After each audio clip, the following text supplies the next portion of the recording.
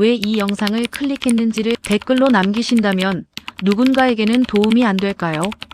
팁으로 오늘 영상 끝까지 시청하시면 지금까지 몰랐던 근육의 중요성을 알게 되고 안 하던 근력 운동을 시작하게 되는 변화가 기적 같은 열쇠를 모두 얻게 될 것입니다. 여러분, 지금 이 순간 당신의 몸에서는 아무도 모르는 조용한 붕괴가 진행되고 있습니다. 오늘도 만보를 걸었다고요?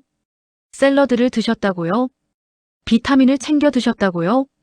그런데 혹시 알고 계셨나요?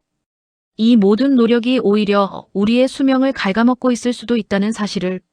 서울 노년내과병원의 연구에 따르면 65세 이상 노년층에서 기대 여명을 가장 정확하게 예측하는 단 하나의 지표는 재산도, 학력도, 심지어 혈압 수치도 아니고 그것은 바로 보행 속도라는 보고가 있습니다. 걸음이 느려지기 시작한 순간 우리 몸속에서는 이미 10 내지 10년에서 15년에 걸친 도미노 붕괴가 시작되고 있다는 뜻입니다. 그리고 그 모든 붕괴의 시작점에는 바로 근육 건강이 있습니다. 지금 이 영상을 보고 계신 분 중에 혹시 이런 경험 있으신가요? 계단을 오를 때 예전보다 다리가 무겁다. 밥을 먹어도 살은 안 찌고 힘은 없다. 아침에 일어날 때 몸이 예전 같지 않다. 바로 이것이 근감소증의 신호입니다. 그리고 충격적인 사실은 이 과정이 이미 여러분의 40대부터 시작되었다는 것입니다. 그렇다면 왜 우리는 이걸 모르고 살았을까? 여기서 한 가지 의문이 생깁니다. 의사는 운동하라고 했고, 방송은 단백질 먹으라고 했고, 유튜브는 근력 운동 동작을 알려줬습니다. 그런데 왜 근감소증 환자는 매년 늘어날까요? 답은 간단합니다. 우리가 무엇을이 아니라 왜와 어떻게를 잘못 알고 있기 때문입니다. 많은 분들이 이렇게 생각합니다.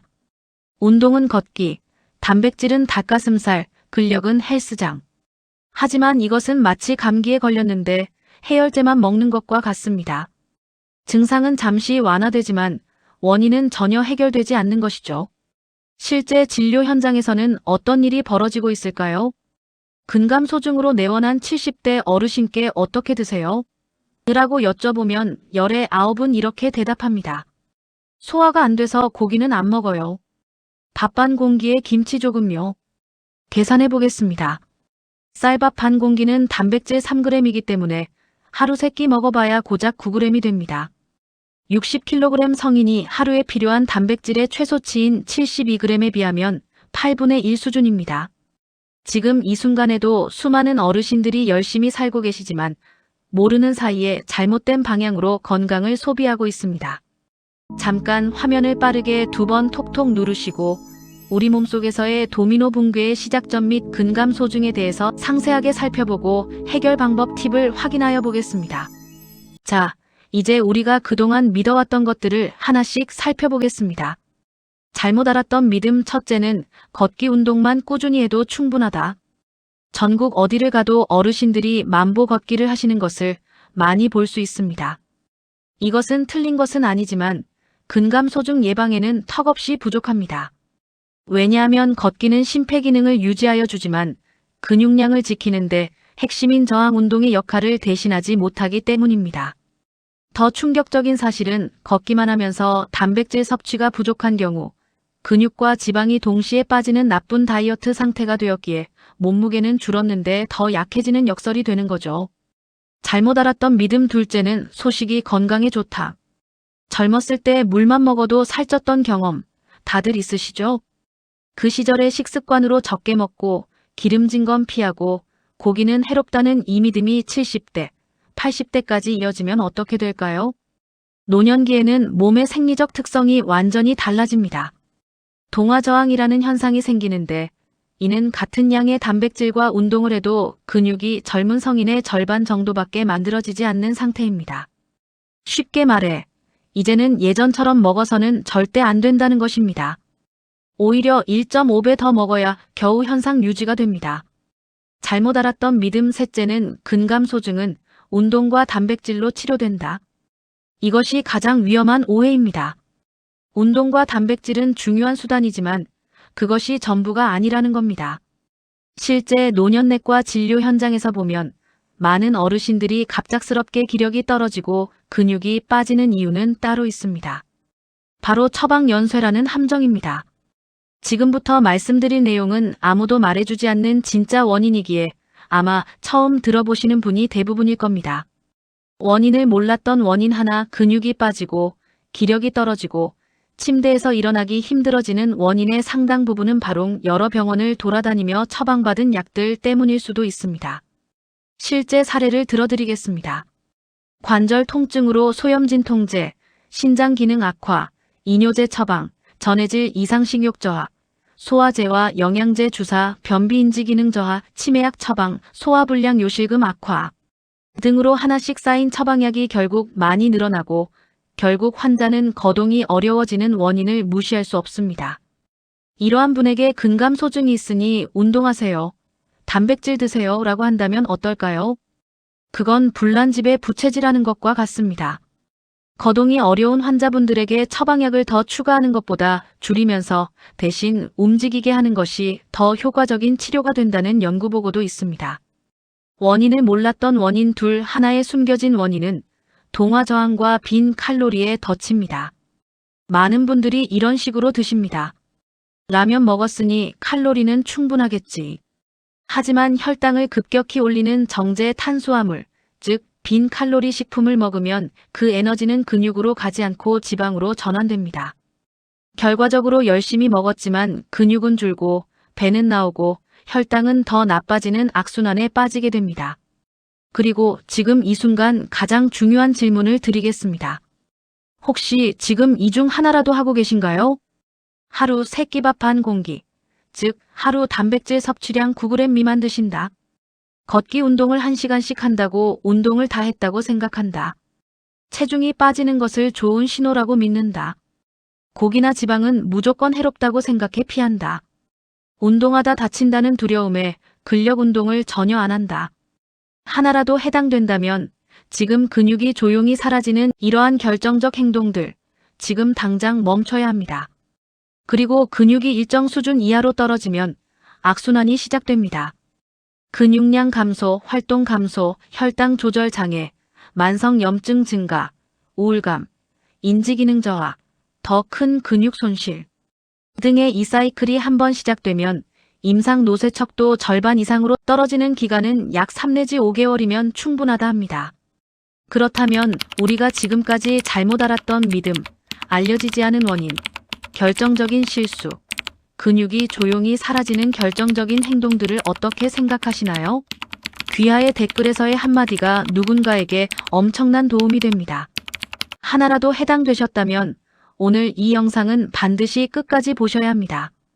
오늘 이 영상이 가장 중요한 시간이 될 수 있으며 지금부터 생각을 완전히 바뀌셔야 합니다. 그러면 어떻게 해야 하는가?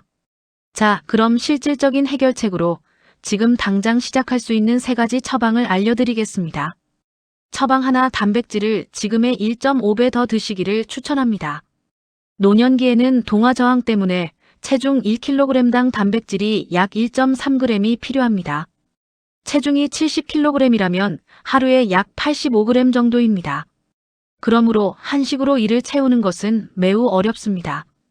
계산해보면 고기 100g에 단백질이 20g, 달걀 2개에 단백질이 12g, 두부 반모에 단백질이 10g, 밥 3공기에 단백질이 18g을 모두 합쳐야 겨우 단백질이 60g이 됩니다.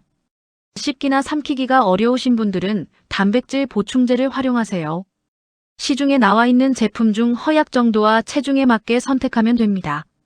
그러므로 하루에 25g을 추가로 보충하는 거로 목표로 하세요. 핵심은 단백질을 한 끼에 몰아서가 아니라 하루 종일 균등하게 나눠 드시는 것입니다. 그 이유는 한 번에 많이 먹어도 다음 끼니가 부족하면 그 시간 동안 근육이 빠지기 때문입니다. 처방 2, 걷기 운동 대신 저항 운동을 생활화하시기를 추천합니다. 걷기는 좋은 습관입니다만 근육을 지키는 것은 저항 운동, 즉 근력 운동입니다. 어렵게 생각하지 마시고 침대에서도 할 수 있습니다. 브릿지, 벽 스쿼트, 의자를 잡고 하는 앉았다 일어나기 등 이 3가지만 몇 끼 식사 후 10분씩 해도 놀라운 변화가 일어납니다. 근력 운동 후에 단백질을 섭취하면 근육이 영양분을 흡수하는 능력이 향상됩니다. 이 2가지를 함께 하는 것이 핵심입니다. 참고로 건강운동관리사나 보건소의 운동지도 서비스를 이용하시거나 전문 교육을 받는 것을 추천드립니다. 처방 셋. 내 몸의 악순환 시작점을 찾으시길 추천드립니다. 만약 지금 이미 기력이 떨어지고 체중이 빠지고 있다면 단순히 더 먹고 더 운동한다고 해결되지 않을 수도 있습니다. 그러므로 지금 복용 중인 약들을 점검해 보세요. 여러 병원에서 받은 처방이 서로 충돌하거나 식욕 및 근육에 악영향을 주는 약이 포함되어 있을 수 있습니다. 그러므로 노년내과, 가정의학과 등 통합진료가 가능한 전문의를 찾아 포괄적 평가를 받으시길 추천드립니다. 약을 줄이는 것 자체가 치료가 될 수 있습니다. 마지막으로 가장 중요한 이야기를 드리겠습니다. 지금 이 순간이 분기점이며 오늘 선택이 10년 후를 결정합니다. 지금 이 영상을 보고 있는 여러분 앞에는 두 가지의 선택이 있습니다. 선택 A, 오늘도 어제처럼 사는 선택을 하는 겁니다. 단순히 만보 걷기를 계속하고 근력 운동은 나이 들어서 하겠다는 이유로 미루는 겁니다. 이 선택어는 5년 후 지팡이가 필요해지고 10년 후에는 혼자 씻기 어려운 상황이 올 수 있습니다. 선택 B, 오늘 딱 하나만 바꾸는 선택을 하는 겁니다. 오늘 저녁 식탁에서 단백질이 든 음식을 한 가지 더 추가하고 식사 후 5분 의자 붙잡고 앉았다 일어나기를 10번 이상 하는 것으로 바꾸는 겁니다. 이 두 가지만으로도 몸의 시스템이 바뀌기 시작합니다. 하나의 사례로서 말씀드리겠습니다. 70대 여성 환자의 실제 사례를 소개한다면 코로나 격리 후 기력을 완전히 잃고 요실금, 보행장애, 우울증이 겹친 환자분께서 전문의의 처방 조정, 단백질 강화 식단, 맥기 브릿지, 운동으로 2달 만에 혼자 걸어다니게 되다는 사례도 있습니다. 의학적 기적이 아니며 올바른 방향으로의 작은 시작이 만든 결과입니다. 선택 A 혹은 선택 B 중 어느 것을 선택하느냐는 여러분의 선택임을 명심하시기 바랍니다. 자, 여기서 여러분께 질문을 드립니다. 오늘 드신 것 중에 단백질이 포함된 음식이 몇 가지나 있었는지를 댓글에 솔직하게 남기시어 이 영상을 보지 못한 누군가에게 경각심을 주는 마음을 나눌 수도 있습니다. 이 영상의 핵심적인 3가지를 정리해 보겠습니다. 근육은 40대부터 조용히 빠지기 시작하며 보행 속도가 느려지면 이미 늦은 겁니다. 걷기만으로 충분하다는 믿음은 노년기의 치명적인 함정입니다. 단백질 한 가지 더, 식후 근력 운동 10번은 이것이 바로 수명의 분기점입니다. 이 영상이 도움이 되셨다면 구독과 좋아요 부탁드립니다. 그리고 지금 바로 주변의 소중한 분께 당신의 공유 하나가 누군가의 10년을 바꿀 수 있습니다. 수고했습니다. 좋은 시간 되시고 9988 하시기를 기도드립니다.